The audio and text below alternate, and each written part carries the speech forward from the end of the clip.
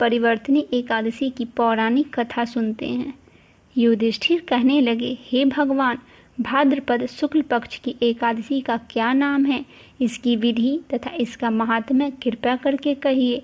तब भगवान श्री कृष्ण कहने लगे कि इस पुण्य, स्वर्ग और मोक्ष को देने वाली तथा सब पापों को नाश करने वाली उत्तम वामन एकादशी का महात्म्य मैं तुमसे कहता हूँ, तुम ध्यानपूर्वक सुनो। इस एकादशी के अलग अलग नामों से जाना जाता है। पदा एकादशी, परिवर्तनी एकादशी या फिर जयंती एकादशी। इसका यज्ञ करने से वाजपेयी यज्ञ का फल मिलता है। पापियों को नाश करने के लिए इससे बढ़कर कोई उपाय नहीं है। जो मनुष्य इस एकादशी के दिन मेरी वामन रूप की पूजा करते हैं, उससे तीनों लोग पूज्य होते हैं। अतः मोक्ष की इच्छा करने वाले मनुष्य को इस व्रत को अवश्य करनी चाहिए। जो कमल नयन भगवान का कमल से पूजन करते हैं, वे अवश्य भगवान के समीप जाते हैं। जिसने भाद्रपद शुक्ल पक्ष की एकादशी को व्रत और पूजन किया, उसने ब्रह्मा विष्णु सहित तीनों लोकों का पूजन किया। अतः हरिवासर अर्थात एकादशी का व्रत अवश्य करना चाहिए। इस दिन भगवान करवट लेते हैं, इसीलिए इसको परिवर्तनी एकादशी भी कहते हैं।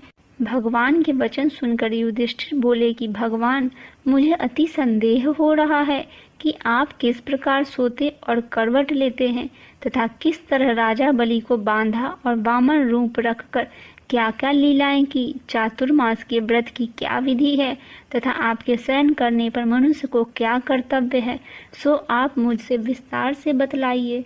श्री कृष्ण कहने लगे कि हे राजन, अब आप सब पापों को नष्ट करने वाली कथा का श्रवण करिए। त्रेता युग में बाली नामक एक दैत्य था।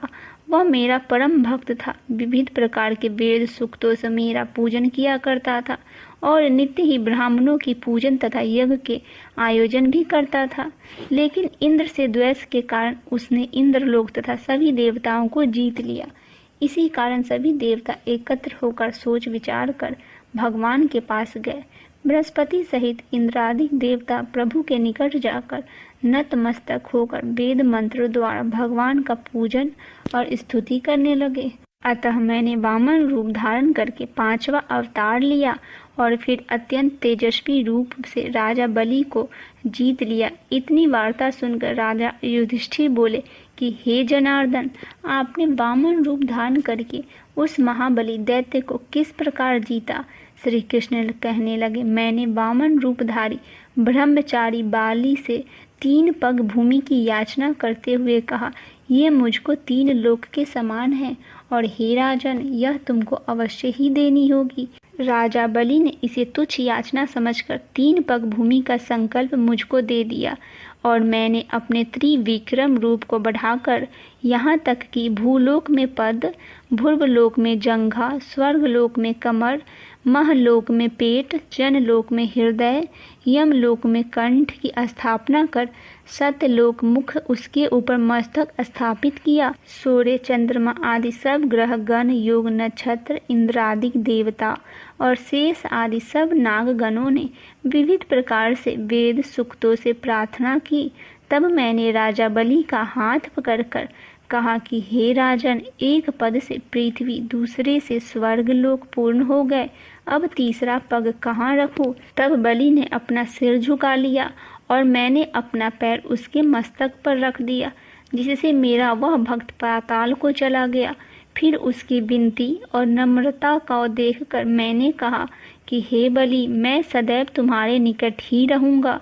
विरोचन पुत्र बलि से कहने पर भाद्रपद शुक्ल एकादशी के दिन बलि के आश्रम पर मेरा मूर्ति स्थापित हुई। हे राजन, इस एकादशी को भगवान शयन करते हुए करवट लेते हैं, इसीलिए तीनों लोकों के स्वामी भगवान विष्णु का उस दिन पूजन करना चाहिए। इस दिन तांबा, चांदी, चावल और दही का दान करना उचित है।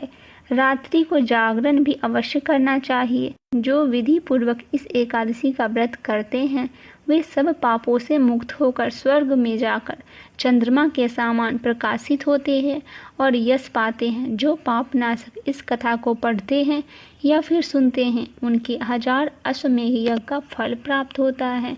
अतः जो भी व्यक्ति इस परिवर्तनी एकादशी का व्रत पूरे विधि पूर्वक करते हैं और पूरे नियम का पालन करते हैं, उन पे श्री हरि भगवान विष्णु की कृपा दृष्टि सदैव बनी रहती है और उनके घर परिवार सहित उनके ऊपर भी भगवान विष्णु की कृपा सदैव बनी रहती है।